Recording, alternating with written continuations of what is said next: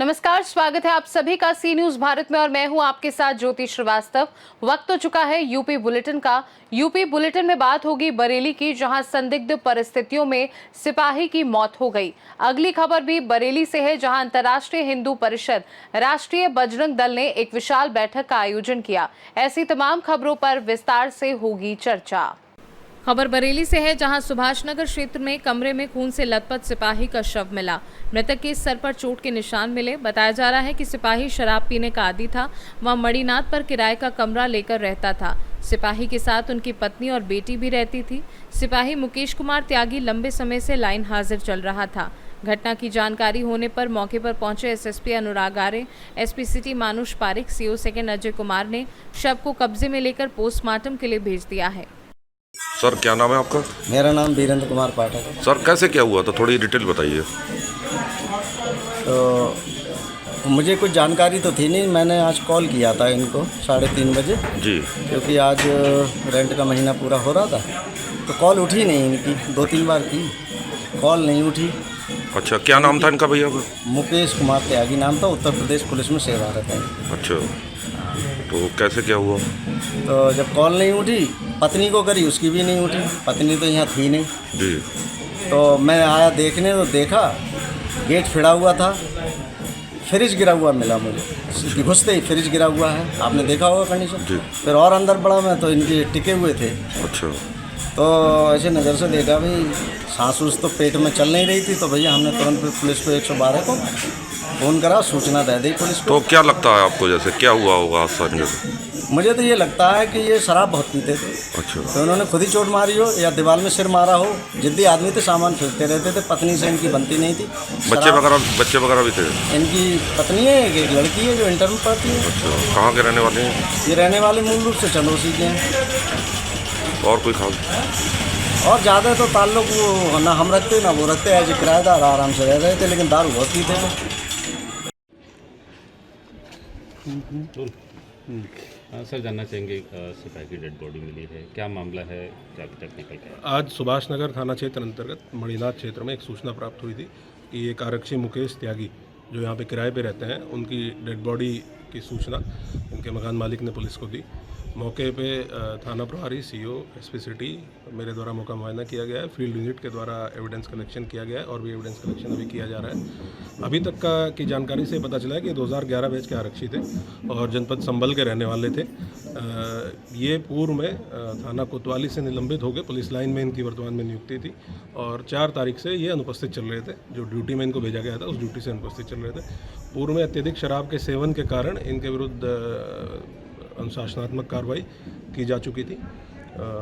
पति और पत्नी के बीच में पूर्व में विवाद होने के बारे में कुछ लोगों के द्वारा पुलिस को संज्ञानित किया गया है। इनकी पत्नी और बिटिया इनके साथ रहती थी। आज वो घर पे नहीं है, मौजूद नहीं है।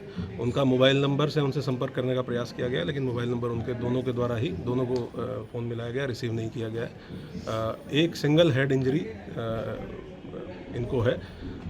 कुछ ब्लड के स्टेन्स पुलिस को मिले हैं जिनको फील्ड यूनिट के द्वारा जिनका साक्ष्य संकलन किया गया है। तो सभी पहलुओं की जांच करते हुए किन परिस्थितियों में घटना हुई है। बरेली से सी न्यूज संवाददाता बीएस चंदेल की रिपोर्ट। बरेली अंतर्राष्ट्रीय हिंदू परिषद राष्ट्रीय बजरंग दल ने बरेली के ग्राम मोहनपुर में शिव मंदिर पर एक विशाल बैठक का आयोजन किया गया। बजरंगी को त्रिशूल दीक्षा भेंट की गई। राष्ट्रीय बजरंग दल की बैठक ग्राम मोहनपुर शिव मंदिर नकटिया में संपन्न हुई।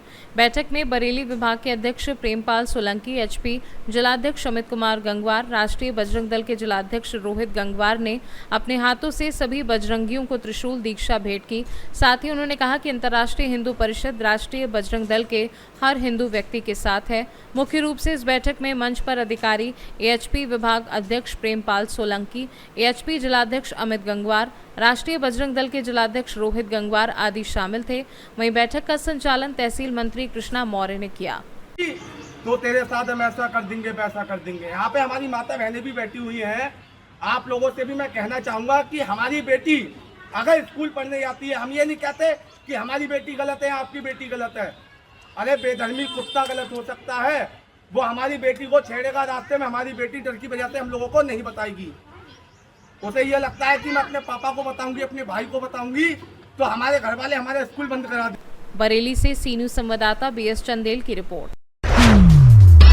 खबर बरेली से है, जहां भारतीय जनता पार्टी की केंद्र सरकार के 11 साल पूरे होने के उपलक्ष्य में प्रेस वार्ता आयोजित की गई। मुख्य अतिथि सांसद छत्रपाल सिंह गंगवार ने कहा कि प्रधानमंत्री नरेंद्र मोदी के नेतृत्व में बीते 11 साल देश के इतिहास में स्वर्ण अक्षरों में दर्ज किए जाएंगे। ये कार्यकाल आत्मनिर्भर और विकसित भारत के निर्माण की नींव साबित हुआ है। उन्होंने कहा कि मोदी सरकार की योजनाएं सीधे आम लोगों के जीवन से जुड़ी हैं। आयुष्मान भारत योजना से अब गरीबों को मुफ्त इलाज मिल रहा है। पहले योजनाओं का लाभ गरीबों तक नहीं पहुंचता था, अब सरकारी सहायता सीधे खातों में पहुंच रही है। उन्होंने बताया कि 27 करोड़ से अधिक लोग गरीबी रेखा से बाहर निकल चुके हैं। वहीं कैबिनेट मंत्री धर्मपाल सिंह ने कहा कि मोदी सरकार के कार्यों की बदौलत अब शासन सेवा का माध्यम बन गया है। इस कार्यक्रम में मौजूद सांसद छत्रपाल सिंह गंगवार, कैबिनेट मंत्री धर्मपाल सिंह, मेयर डॉक्टर उमेश गौतम सहित सभी जनप्रतिनिधि सहित सैकड़ों लोग मौजूद रहे। फिर से बोलिए, क्या बोला आपने? 11 साल पूरे हो गए हैं जो आप उसके बारे में बता दें संक्षेप में।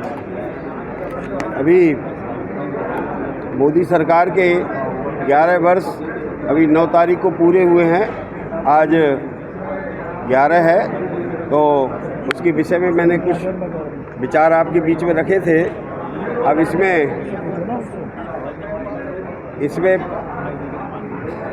सुशासन, सेवा और गरीब का कल्याण, इस पे विशेष रूप से तीनों बातों पर हमारी सरकार का विशेष फोकस रहा है और उसके बारे में कुछ बातें रखी हैं। जन कल्याणकारी बहुत सारी योजनाओं के बारे में मैंने संक्षेप में बताया था।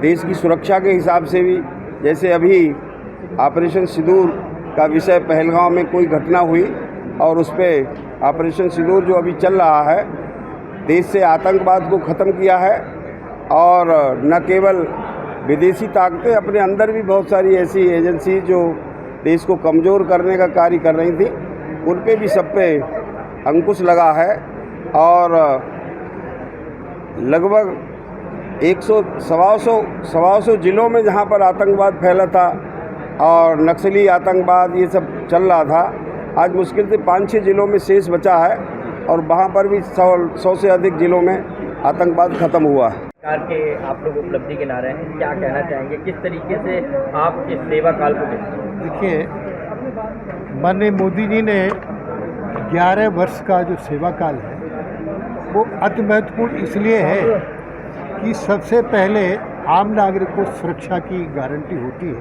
तो आज देश में आम नागरिक सुरक्षित है। सुरक्षा 2 तरीके की होती है, आंतरिक सुरक्षा और बाहरी सुरक्षा। बाहरी सुरक्षा सेना करती है, सेना चाक चौबंद है। आज आतंकवाद का सफाया हो गया है और माननीय मोदी जी ने पहलगांव की घटना का बदला 100 किलोमीटर अंदर घुस के पाकिस्तान में जहाँ केंद्र थे आतंकवादियों के, उनको ध्वस्त करने का काम किया है। इतना ही नहीं, दुनिया के देशों में आतंकवाद जो पाकिस्तान पालता था, सांसदों का एक समूह भेजकर ये बताने में माननीय मोदी जी ने महारत हासिल कर ली। बरेली से सी न्यूज संवाददाता बीएस चंदेल की रिपोर्ट।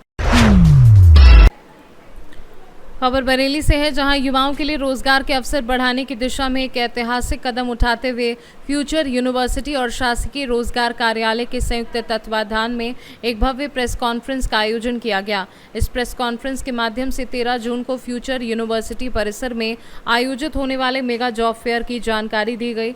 इस अवसर पर विश्वविद्यालय के वरिष्ठ अधिकारी, शासकीय रोजगार कार्यालय के प्रतिनिधि, देश भर के नामचीन कंपनियों के एचआर मैनेजर तथा विभिन्न मीडिया संस्थानों के प्रतिनिधि मौजूद रहेंगे।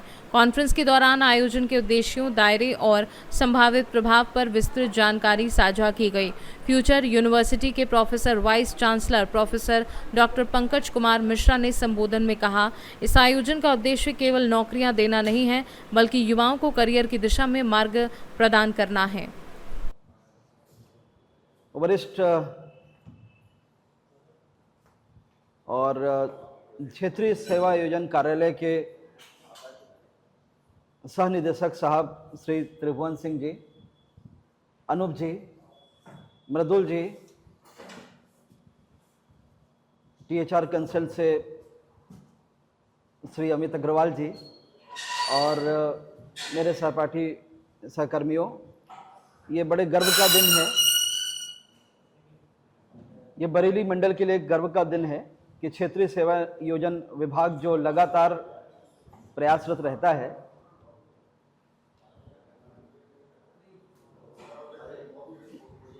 जी, क्षेत्रीय सेवा योजन कार्यालय जो लगातार प्रयासरत रहता है कि क्षेत्र के जो युवा हैं, जो ग्रेजुएट हैं, जो स्नातक कर चुके हैं, स्नातकोत्तर कर चुके हैं, ITI डिप्लोमा, इन सब लोगों को रोजगार का अवसर मिले, इसके लिए प्रयासरत रहते हैं। और तारीफ करनी पड़ेगी कि हज़ारों से अधिक कंपनियां इनके पोर्टल में रजिस्टर्ड हैं। इस दिशा में इनकी सक्रियता से प्रभावित होते हुए फ्यूचर विश्वविद्यालय, जो कि एक नवोदित विश्वविद्यालय के रूप में बरेली मंडल की उच्च शिक्षा की दिशा को बदलने का प्रयास कर रहा है, हमने भी एक निर्णय लिया कि एक मेगा रोजगार मेला हम लोग आयोजित करें और क्षेत्रीय सेवा योजन विभाग के सहयोग के माध्यम से हमें बड़े गर्व हो रहा है आपको बताते हुए कि 100 से अधिक कंपनियों को इसमें प्रतिभागिता के लिए हम लोगों ने बरेली से सी न्यूज संवाददाता BS चंदेल की रिपोर्ट। खबर बरेली से है, जहां आंवला में PDA महापंचायत में बड़ी संख्या में कार्यकर्ता, बुद्धिजीवी, किसान, युवा, महिलाएं और स्थानीय नागरिक शामिल हुए। महापंचायत में मुख्य अतिथि आंवला सांसद नीरज मौर्य, महिला सभा की राष्ट्रीय अध्यक्ष जूही सिंह, साथ ही मुख्य वक्ता विधायक पूर्व मंत्री अताउर रहमान एवं विशिष्ट अतिथि डॉक्टर नेहा यादव महिला सभा की राष्ट्रीय उपाध्यक्ष रही। आंवला सांसद नीरज मौर्य ने कहा कि हमारी लड़ाई सत्ता में भागीदारी की है। ये पंचायत खेतों, गलियों और गाँव की सच्चाई से उपजी है। समाजवादी पार्टी ही वह शक्ति है जो PDA वर्ग की चुप आवाज को बुलंदी देती है। बरेली से सी न्यूज संवाददाता BS चंदेल की रिपोर्ट। फिलहाल के लिए यूपी बुलेटिन में बस इतना ही। देश दुनिया की बाकी खबरों को जानने के लिए आप देखते रहिए सी न्यूज भारत।